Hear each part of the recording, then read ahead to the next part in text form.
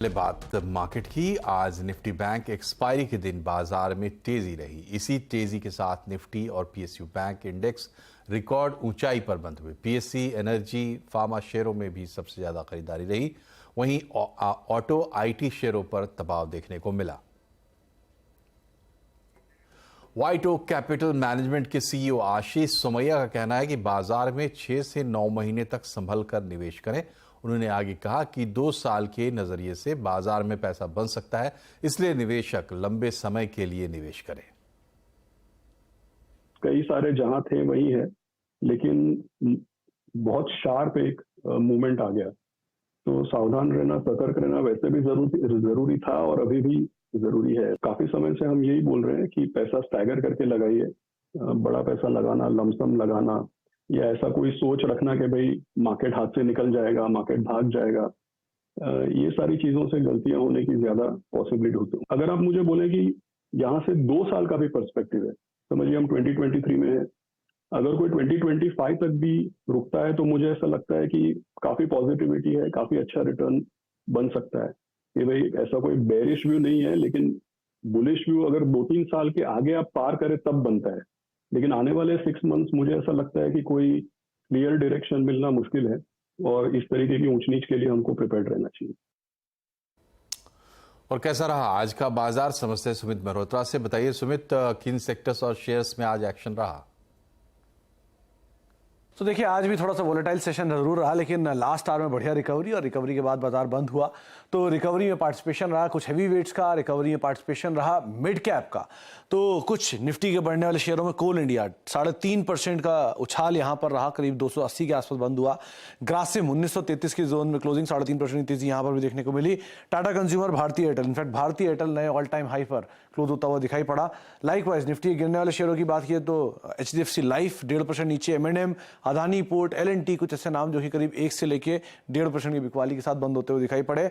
Mid cap में बढ़िया तेजी थी ITI में, इंडियाबुल्स हाउसिंग में, SJVN में, इन्फीबीम में, जो कि करीब 8.5 से लेके 20% तक की तेजी के साथ बंद होते हुए दिखाई पड़े।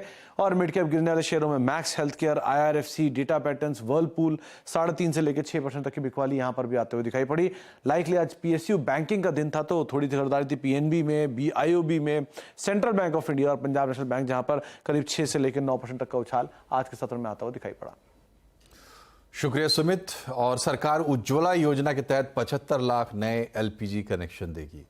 ये अगले 3 वित्त वर्ष 2023-24 से लेकर 2025-26 के बीच बांटे जाएंगे। आज हुई कैबिनेट की बैठक में यह फैसला लिया गया है। इसके अलावा ई-कोर्ट प्रोजेक्ट फेज 3 के लिए 7,210 करोड़ रुपए को मंजूरी दी गई है। 9 करोड़ 60 लाख रसोई गैस के सिलेंडर अब तक दिए जा चुके हैं उज्ज्वला योजना के अंतर्गत। और आज मुझे कहते हुए प्रसन्नता है कि 75 लाख मुफ्त LPG के कनेक्शन अब और दिए जाएंगे मांग को देखते हुए, ताकि गरीब और जरूरतमंद महिलाओं को इसका लाभ मिल सके। दूसरा निर्णय जो है वो ई-कोर्ट्स मिशन मोड प्रोजेक्ट फेज 3 को आज मंजूरी मिली है और ई-कोर्ट्स मिशन मोड प्रोजेक्ट के फेज 3 को लगभग 7,210 करोड़ रुपए की लागत से पूरा किया जाएगा। तो आज के कैबिनेट फैसलों की डिटेल लेते हैं, लक्ष्मण रॉय के पास चलते हैं। बताइए लक्ष्मण जी, क्या अहम फैसले हुए हैं? देखिए, मुझे लगता है कि इसमें जो सबसे ज्यादा व्यापक असर डालने वाला फैसला था वो है उन लोगों के लिए जो कोर्ट कचहरी से भागते हैं या फिर कोर्ट कचहरी के चक्कर लगा रहे हैं। यहाँ पे ई-कोर्ट मिशन के फेज 3 को मंजूरी दी गई है।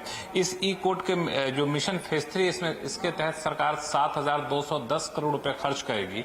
और उसकी खास बात यह होगी कि ऑनलाइन कोर्ट रूम जो आप देखते हैं, वर्चुअल कोर्ट रूम, इसकी संख्या बढ़ाई जाएगी। आप ऑनलाइन केस फाइल कर सकेंगे, ऑनलाइन वीडियो कॉन्फ्रेंसिंग के जरिए आप गवाही दे सकेंगे, ऑनलाइन वीडियो कॉन्फ्रेंसिंग के जरिए सुनवाई में जुड़ सकेंगे, ई फाइलिंग हो सकेगा, ई पेमेंट हो सकेगा, जितना भी पुराना दस्तावेज है उन सबको डिजिटाइज किया जाएगा। तो ये एक बहुत बड़ा फैसला है जुडिशियल रिफॉर्म के तौर पर, या फिर कहें जुडिशियल इंफ्रास्ट्रक्चर रिफॉर्म के तौर पर। कोर्ट को ज्यादा ऑनलाइन डिजिटल बनाया जाएगा, इसमें आर्टिफिशियल इंटेलिजेंस का भी सहारा लिया जाएगा। दूसरा जो महत्वपूर्ण फैसला वो गरीब महिलाओं के लिए है, उसमें 75 लाख नए उज्ज्वला कनेक्शन देने का जो फैसला सरकार ने लिया था, ऐलान किया था, उसको आज कैबिनेट ने अंतिम मंजूरी दे दी है और इसके तहत सरकार 1650 करोड़ रुपए खर्च करेगी। अगर 14.2 kg वाला जो बड़ा सिलेंडर जो आमतौर पर हम लोग घर में इस्तेमाल करते हैं, अगर सिंगल सिलेंडर लेते हैं तो सरकार उस पर 2200 रुपए की सब्सिडी देगी। अगर 5 किलो वाला सिलेंडर लेते हैं सिंगल तो 1300 रुपए की सब्सिडी देगी, और 5 किलो वाला डबल सिलेंडर लेते हैं तो 2200 रुपए की सब्सिडी देगी। ये अगले 3 साल तक ये स्कीम, उज्ज्वला स्कीम जारी रहेगी, जिसमें 75 लाख नए कनेक्शन दिए जाएंगे।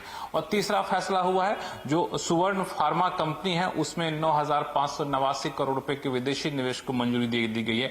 ये विदेशी निवेश डेहनदा लिमिटेड कंपनी विदेशी है जो यहाँ पे हिस्सेदारी खरीदेगी। तो ये 3 अहम प्रस्ताव को मंजूरी दी गई। इसके अलावा कुछ एमओयूज को मंजूरी दी गई है। लक्ष्मण जी, एक और खबर आरबीआई के हवाले से है कि बैंक जब लोन देते हैं, लोन चुकता हो जाता है तो प्रॉपर्टी के दस्तावेज लौटाने से संबंधित नियम जारी किए हैं और 30 दिन के अंदर प्रॉपर्टी दस्तावेज लौटाने होंगे। क्या डिटेल है आरबीआई के नई गाइडलाइंस की?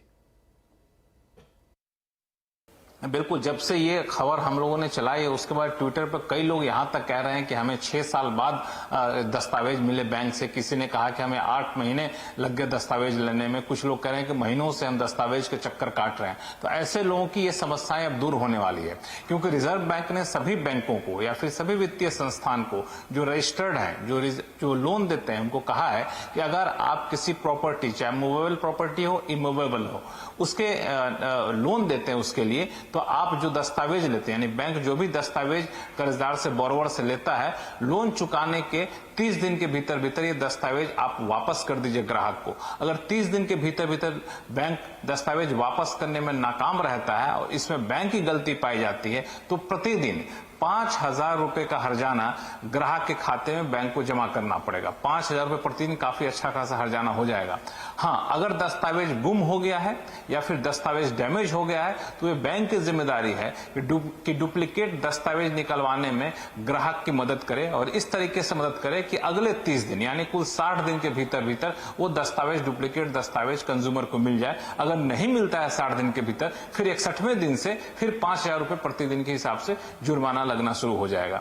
और एक और खास बात कि अभी क्या होता है कि दस्तावेज लेने जाएंगे तो ब्रांच मैनेजर कहे कि हमने लोन तो रिपे कर दिया आपने, ठीक है, लेकिन दस्तावेज रीजनल ब्रांच में रखा है, कहीं हेडक्वार्टर में रखा है, तो ये अब बहाना नहीं चलेगा। कंज्यूमर जहां चाहे वहां आपको दस्तावेज देना पड़ेगा। अगर जहां से लोन लिया है उस ब्रांच में चाहे तो उस ब्रांच में आपको दस्तावेज लाकर देना पड़ेगा, ये बैंक की जिम्मेदारी होगी। अगर कंज्यूमर कहता है कि रीजनल ब्रांच से ले लेंगे तो वहां जाकर दस्तावेज मिल जाए, सुनिश्चित करना पड़ेगा। तो ये एक बहुत बड़ी राहत है ग्राहकों के लिए जो प्रॉपर्टी के लिए लोन लेते हैं।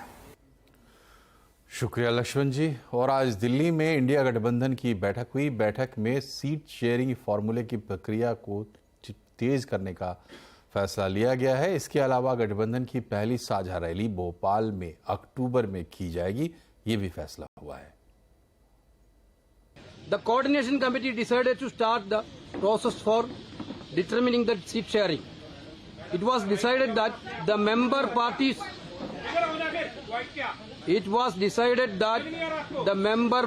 will hold the talks and decide at the earliest. The committee decided to hold joint public meetings in different parts of the country. The first public meeting will be held at Bhopal in the first week of October in the issue of rising prices, unemployment and corruption of BJP government. The parties present in the meeting agreed to take up the issue of caste census. The coordination committee authorized the subgroup of media to decide upon the names of the anchors on whose shows none of the India parties will send their representatives. चुनाव के लिए India गठबंधन का क्या है plan? आज आवाज अड्डा में इसी पर होगी बड़ी चर्चा, शाम 7:57 पर।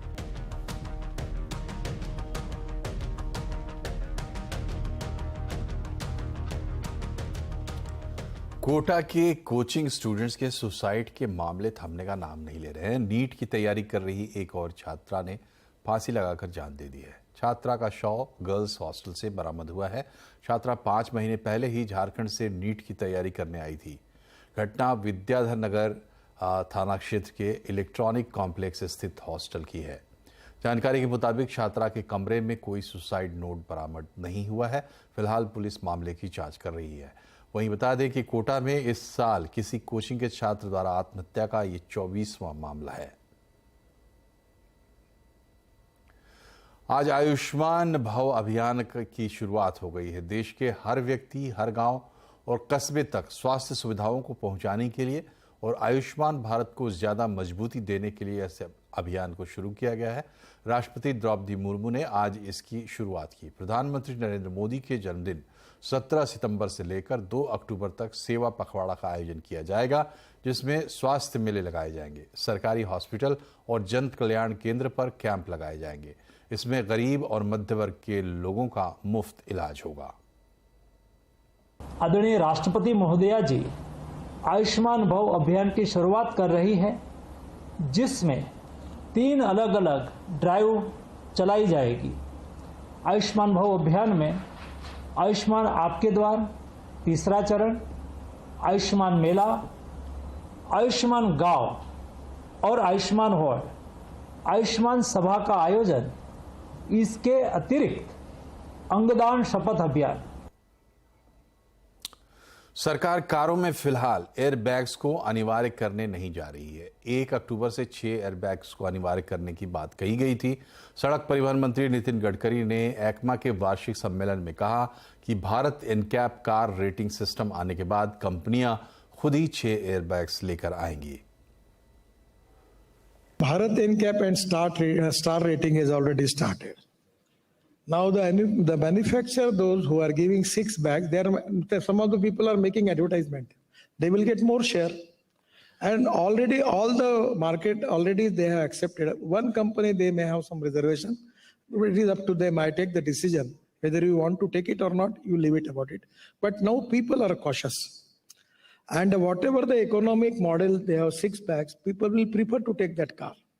So it is to the market, they have to decide. We are star rating is there, Bharat NCAP is there. Now it is the manufacturer, the people can decide. So we leave that vision. और यहाँ एक छोटा सा break, लेकिन खबरें अभी और भी हैं, बने रहिए हमारे साथ। ब्रेक के बाद एक बार फिर से आपका स्वागत है। एप्पल फैंस का इंतजार खत्म हुआ। कंपनी ने वनडरलस्ट इवेंट में आईफोन 15 सीरीज लॉन्च कर दी है। इस बार की हाईलाइट है मेड इन इंडिया आईफोन और type C charging port. Apple watch और एयरपोर्ट प्रो भी टाइप सी पोर्ट के साथ ही लॉन्च किए गए हैं। भारत समेत पूरी दुनिया में 22 सितंबर से आईफोन की बिक्री शुरू हो जाएगी। और क्या खास है इस बार के एप्पल प्रोडक्ट्स में, बता रही हैं शिबानी घरत।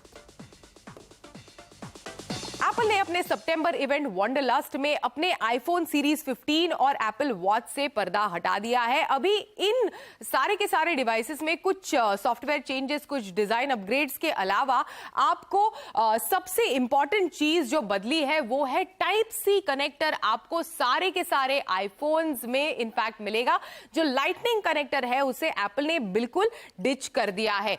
लेकिन इससे भी बड़ी चीज जिसका कंज्यूमर्स को हमेशा से हर साल इंतजार रहता है कि मुझे आईफोन के लिए कितने पैसे चुकाने होंगे, तो एक एक करके बात करते हैं। सबसे पहले आईफोन 15 जो है उसकी कीमत शुरू होती है 79,900 रुपीज से। 15 प्लस जो 6.7 इंच वाला ऑप्शन है उसकी कीमत 89,900। आईफोन 15 प्रो की कीमत 1,34,900। अभी इन तीनों डिवाइसेस के इनफैक्ट जो बेस वेरिएंट्स है वो 128 GB के स्टोरेज वाले वेरिएंट्स है। जो आईफोन 15 प्रो मैक्स है वो शुरू होता है इनफैक्ट 256 GB वाले स्टोरेज ऑप्शन से और उसकी कीमत शुरू होती है 1,59,900 रुपीज से। अभी मूविंग ऑन, एक एक करके 15 और 15 प्लस के बारे में सबसे पहले बात करते हैं।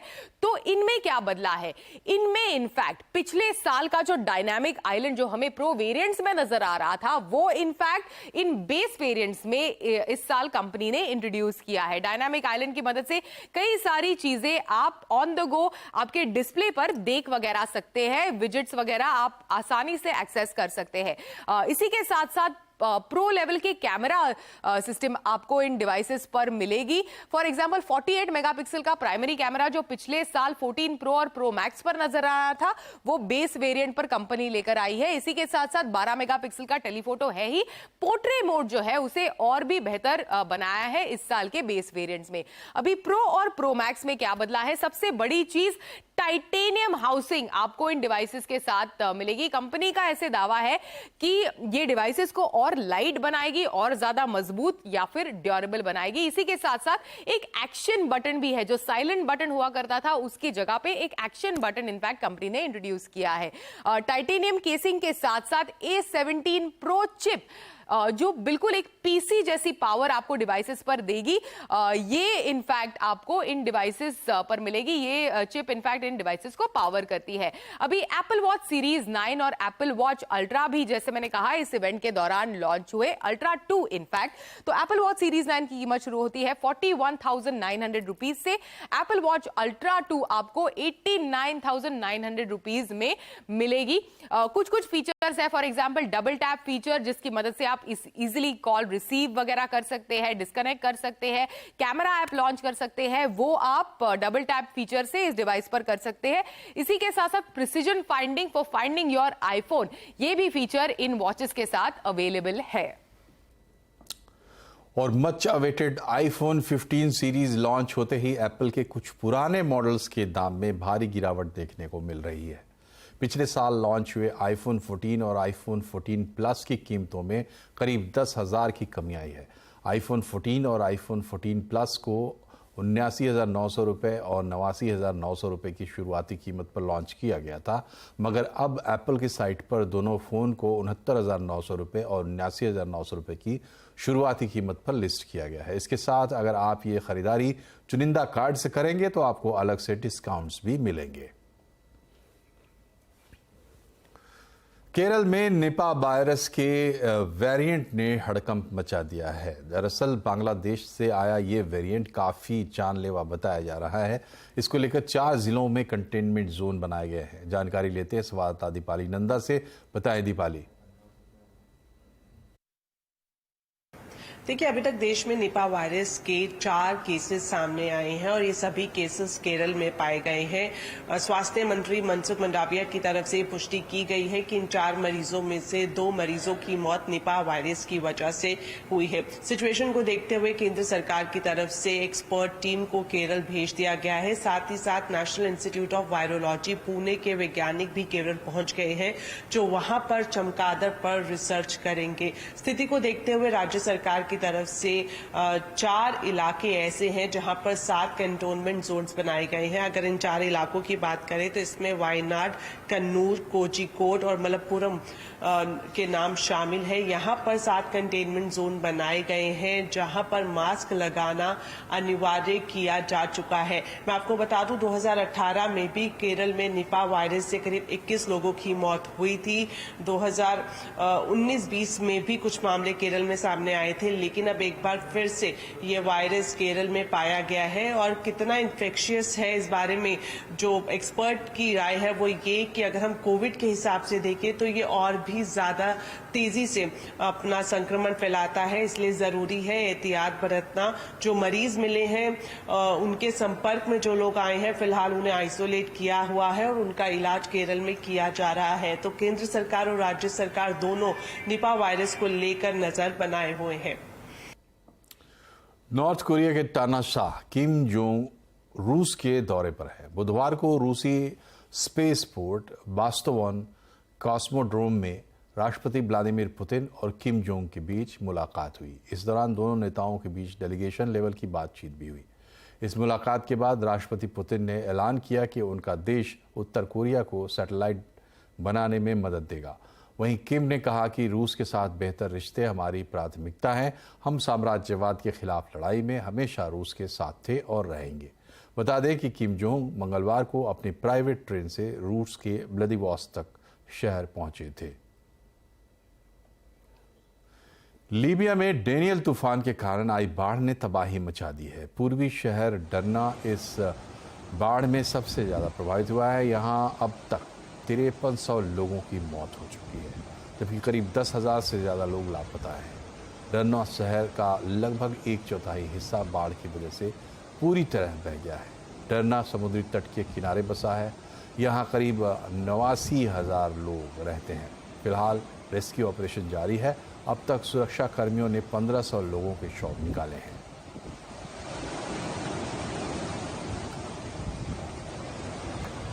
और इसी के साथ बुलेटिन में फिलहाल इतना ही, लेकिन खबरों पर अपडेट रहिए और जुड़े रहिए CNBC आवाज से ट्विटर, फेसबुक और YouTube के जरिए।